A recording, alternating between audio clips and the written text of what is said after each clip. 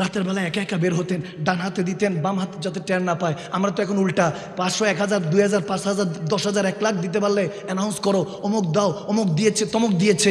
না না, আমার নবী বলেছেন ডান হাতে দাও যাতে বাম হাতও টের না পায়। হযরত ওমর ইবনুল খাত্তাব রাদিয়াল্লাহু তাআলা তিনি রাতের বেলা ছদ্মবেশে বের হতেন। বের হয়ে দেখা যেত যে মক্কা মদিনার অলিগলিতে ঘুরতেন, দেখতেন কে কষ্টে আছে, কে দুঃখে আছে, হিসাব নিতেন, হিসাব রাখতেন, একা বের হতেন। একদিন একা বের হয়েছেন তেনার খাদেম সহ, দেখে একটা জায়গা থেকে আগুন ধোঁয়া উঠছে, ঘর থেকে হয়তোবা উনুন জ্বলছে আর চুলাটা জ্বলছে, কিন্তু ওখান থেকে কান্নার আওয়াজ আসতেছে বাচ্চাদের। কাছাকাছি গেলেন, দস্তক করলেন যে মা কেউ কে আছে ভিতর থেকে একজন বৃদ্ধা মহিলা দরজা খুলে বলতেছে কি হয়েছে, এত রাতে কি চান?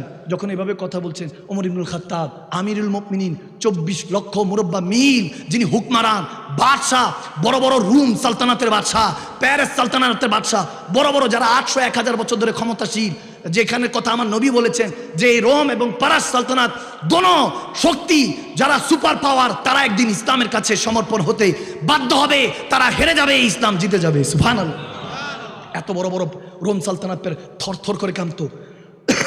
তিনি বাদশাহ রোমের কাছে চিঠি পাঠিয়েছেন যে আমি ওমর ইবনুল খাত্তাব, আমি কাউকে আরজি করি না, কারো কাছে আরজি করি না, আমি মিন্নাত করি না, আমি যা করি হুকুম দেই। সুবহানাল্লাহ।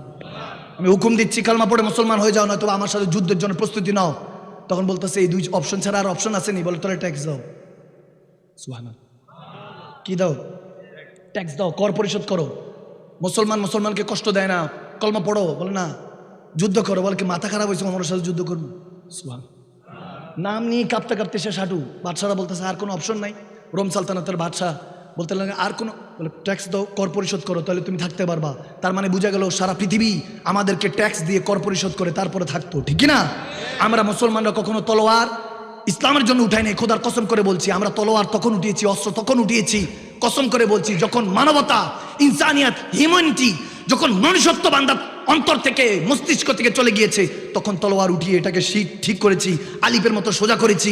এখন যখন আবার তলোয়ার বিক্রি করে আমরা জায়নামাজ খরিদ করে নিয়েছি। আল্লামা ইকবাল আলাইহি রহমাত, তিনি ডক্টর ইকবাল বলেন, পাকিস্তানের অনেক বড় মশহুর আল্লামা, তিনি বলেন যখন থেকে মুসলমান তলোয়ার বিক্রি করে জায়নামাজ কিনে নিয়েছে, তখন থেকে মুসলমানের উপর অত্যাচার শুরু হয়েছে। আর আল্লাহর কাছে বলতে থাকে আল্লাহ বাঁচাও, আল্লাহ এসে বাঁচাবে না, আপনাকে আবার উঠে দাঁড়াতে হবে, ঠিক না?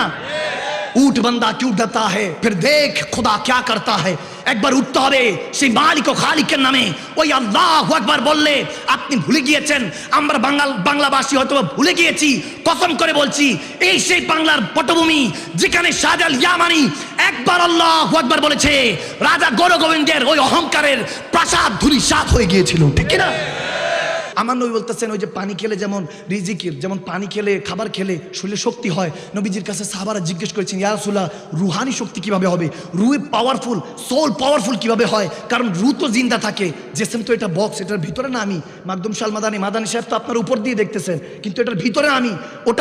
ওটার নাম কি ওটা তো আমি জানি না। মা বাবা হয়তো আমাকে যেটা রেখেছে ওটা আপনারা জানেন, আপনারা চিনেন। কসম করে বলছি, ওটার ভিতরে যে মান আরাফা নাফসাহু ফাকাদ আরাফা রাব্বাহু, সেই আল্লাহ তাবারক ওয়া তাআলা আমাদের ভিতরে কি রেখেছেন, সেই রু, সেই সোল, সেই হুকুম আমরা জানি না। যখন বলতে লাগলেন, আমার নবী বলতেছেন শুনো, রু শক্তি হয় যখন কেউ তোমাকে কষ্ট দিয়েছে, যখন তোমাকে তাকলিফ দিয়েছে, তোমাকে জ্বালিয়েছে, তোমার উপরে অত্যাচার করেছে, ব্যভিচার করেছে। রু শক্তিশালী হয় তুমি যদি তাকে ক্ষমা করে দাও। সুবহানাল্লাহ। ওটা হলো রুহের রিজিক, রুহানি রিজিক। যখন সেটা হবে তোমার রু জিন্দা হয়ে যাবে।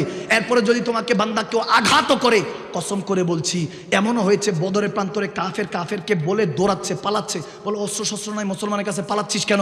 বলে পালাবো না, গর্দান উড়িয়ে ফেলেছি, এই মুসলমানের হাতের থেকে তলোয়ার পড়ে না। আল্লাহু আকবার বলেন, আল্লাহু আকবার। বাঁচানেওয়ালা কে? বলে গর্দান পড়ে গিয়েছে, এখনো রু বের হয় নাই।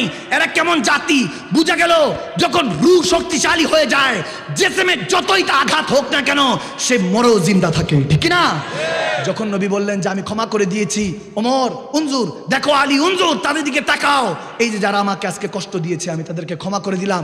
আজ ক্ষমা করে দেওয়ার জন্য আগামীকাল কিংবা কোনো একটা সময় দেখবা তারাই ইসলামের পাহারাদার হয়ে গিয়েছে। সুবহানাল্লাহ, সুবহানাল্লাহ। বাবা বলতেছেন যে শায়েখ আমি যে কোনো একটা ভালো একটা অবস্থায় জব করেন। বলে আমি এই বিল্ডিং বানিয়েছি, এক বাবার এক সন্তান। বলছে 1 পয়সাও আমি কখনো হারাম আমি নেই না, এবং আমার জন্য এতটুকুই দোয়া করবেন যাতে আল্লাহ এরকম বহাল রাখে, এটার সাথেই যাতে আমি দয়াল নবীকে দেখতে দেখতে কলমা পড়ে এই দুনিয়া ত্যাগ করতে পারি। সুবহানাল্লাহ। আমি বললাম আল্লাহু আকবার। এরকম দোয়া খুব বেনাজির, যেই আসে হুজুর আমার জন্য দোয়া করেন, এই বিল্ডিং করবো, ওই করবো, সেই করবো, দোয়ার জন্য এরকম আসে। মাঝে মাঝে একজন আসছে আমার কাছে, শেখ আপনার কাছে বায়াত হবো, মুরিদ হবো, আপনার ফলোয়ার। কারণ একজন ইমাম শেখ লাগে দুনিয়াতে চলার জন্য, যেমন একজন ডাক্তার ছাড়া রোগী সুস্থ হয় না, তেমনিভাবে একজন শেখ তরিকত লাগে, যেনার পরামর্শে দুনিয়া চলতে হয়। আতিউল্লাহ আতিউ রাসূল ওয়া উলিল আমরি মিনকুম। আল্লাহ হাবিব এবং কোরআনে পাকে ডিক্লেয়ার দিয়েছেন, আমার আল্লাহ বলতেছেন আল্লাহ আল্লাহ রাসূলের গোলামি করো, একজন শেখ তরিকতের কাছে বায়াত হয়ে, মুরিদ হয়ে, তেনার স্টুডেন্ট হয়ে, ফলোয়ার হয়ে। এখন তো পীর মুরিদ এগুলো ব্যবসা, কারণ আসল যত নকল তত।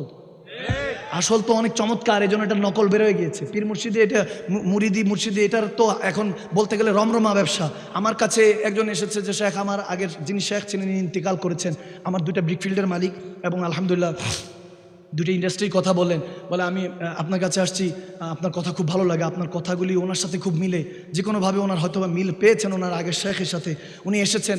এখন যখন হচ্ছেন আমি বললাম তো আপনি কি চান, বলতেছেন যে আপনি দোয়া করবেন যাতে আমার আরও দুই তিনটা আরও যাতে বরকত হয়, ব্যবসা যাতে বরকত হয়। আমার কিছু ছিল না, উনি দোয়া করেছেন এই জন্য এগুলো হয়েছে। আমি বললাম এখানে আসলে এগুলো ওই যেগুলো আছে এগুলো যেতে পারে, বুঝে শুনে আসেন।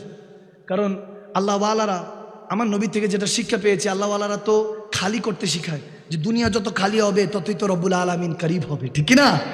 তত নবী পাবে। যখন আমি আপনাকে যদি দুনিয়াদারি বানাই তাহলে তো আর হবে না। তবে হ্যাঁ, দুনিয়াদারি করতে পারবেন। আব্দুর রহমান বিন আউফ রাদিয়াল্লাহু তাআলার মতো, যিনি ইন্তেকালের পর 40 দিন 4 মাস কিংবা 4 বছর ধরে খালি ঘর থেকে স্বর্ণই বের করছে।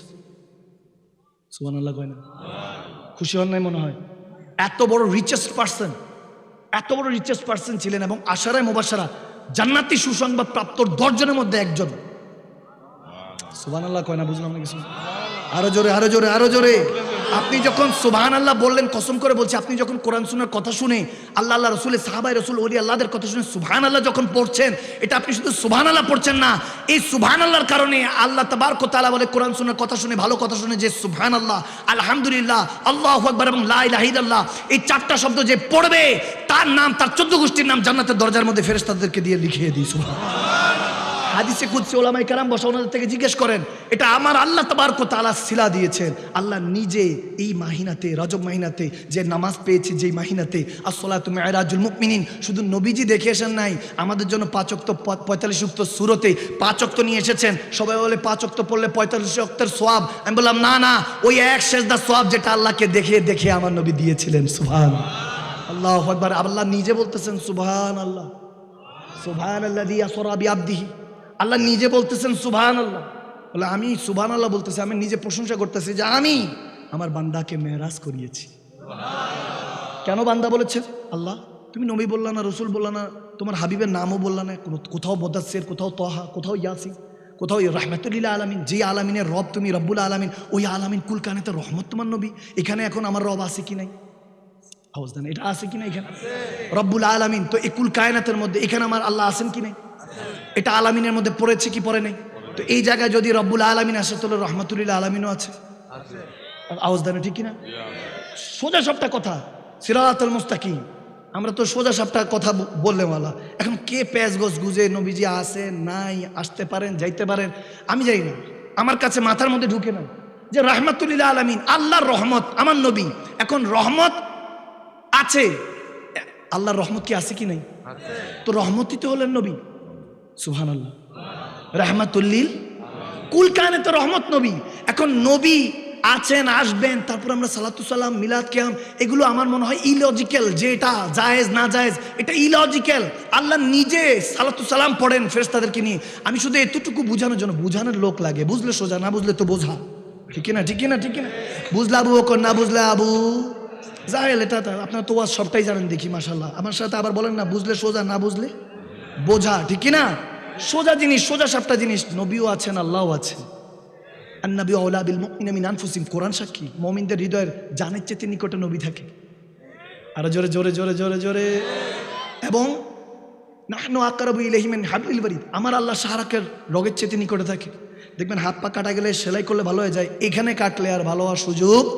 আল্লাহ ওই জায়গায় থাকে, সবচেয়ে ডেঞ্জারাস জায়গার মধ্যে রব্বে করিম থাকে আর বলতেছে, এখন আমি বললাম আল্লাহ রগের চাইতে নিকটে তুমি থাকো, রগের মধ্যে রক্ত চলে, রক্তের মধ্যে জান চলে, জানের মধ্যে প্রাণ চলে, প্রাণের মধ্যে তুমি বলতেছো আন-নবী আওলা বিল মুমিনিনা মিন আনফুসিহিম, নবীকে এত ভিতরে রাখছো যে একটা পশম উপড়াইলে আপনি যদি মুমিন হন, নবী প্রেমিক হন, কসম করে বলছি আপনি কষ্ট পাওয়ার আগে নবীর কলিজার মধ্যে, নবুয়তের কলিজায় গিয়ে লাগে। সুবহানাল্লাহ। নবী মুমিনকে এত ভালোবাসেন, আল্লাহ এত গভীরে রেখেছেন, কারণ আলামিনের রহমত তো মুমিনের মধ্যে রেখেছেন, নাপাকে রাখেন নাই, পাকের মধ্যে রেখেছেন। সুবহানাল্লাহ। বললাম আল্লাহ তুমি রগের চাইতে নিকটে, তুমি বাইরে, আর রক্ত, রক্তের মধ্যে জান, জানের মধ্যে প্রাণ, প্রাণের ভিতরে নবী, নবী এত ভিতরে কেন? বলে আমি বাইরে থেকে পাড়া দিচ্ছি যাতে কোনো কেউ আমার নবীকে, আমার হাবিবকে কেউ কষ্ট না দেয়। সুবহানাল্লাহ। সেই নবীকে আল্লাহ এত ভালোবাসেন, আর বান্দাকে আল্লাহ কত দয়াবান, আমরা যাকে ভালোবাসি ছোঁয়া তো দূরে থাক, দেখতেও দেই না, আর আমার নবীকে আল্লাহ ভালোবেসে কুলকানাত বানিয়ে আমাদের কাছে দিয়ে দিয়েছেন। সুবহানাল্লাহ। দুনিয়া যখন ছাড়বেন, যে বলে আপনাকে যে আমি অনেক ভালোবাসি তোমাকে, অনেক, তুমি তো জানো না, তোমার জন্য জান দিয়ে দিব, জান দিতে হবে না, তুমি চাঁদের থেকে, পূর্ণিমা চাঁদের থেকে সুন্দর, যে বলে এগুলো কিছু লাগবে না, আসখার জিজ্ঞেস করেন, তাকে জিজ্ঞেস করেন আমি যখন মারা যাব আমার জন্য আমার ওই অন্ধকার কবরে 1 মিনিট থাইকো, বলবো আই ক্যান ডু দিস, সম্ভব না, এটা অসম্ভব, এটা সম্ভবই না। এই হলো ভালোবাসা, যেটা জানলা দিয়ে একদিন পালিয়ে যাবে। কসম করে বলছি, ওয়াহুয়া মা কুমাইনা মা কুনতুম, রব্বে করিম বলে কার কাছে যা, সব ধোঁকাবাজ। কেউ চেহারার পাগল, কেউ যৌবনের পাগল, কেউ তোর রুতবার পাগল, তোর যশখ্যাতির পাগল, কেউ তোর পয়সার দিকে তাকে আছে, কেউ তোমার গাড়ির দিকে, কেউ বাড়ির দিকে, কেউ এই কালের পাগল, কেউ সেই কালের পাগল, কেউ আল্লাহ রসুলের পাগল, কেউ শয়তানের পাল্লায় পড়ে আছে। আওয়াজ দেন ঠিক কিনা? কেউ চাকার পাগল, কেউ গাড়ির পাগল, কেউ নারীর পাগল, কেউ বাড়ির পাগল। দুনিয়া তোর পুরাটাই পাগল, পাগল ছাড়া দুনিয়া, তুই পাগল, তোর মনো পাগল। আওয়াজ দেন ঠিক কিনা? লোকে আমায় পাগল বলে, লোকে আমায় পাগল বলে, আমার দুঃখ লাগে না, আমাকে পাগল করেছে আরবের ওই মদিনা। ঠিক না? আমি ধন্য গো রাসূল তোমাকে পেয়ে।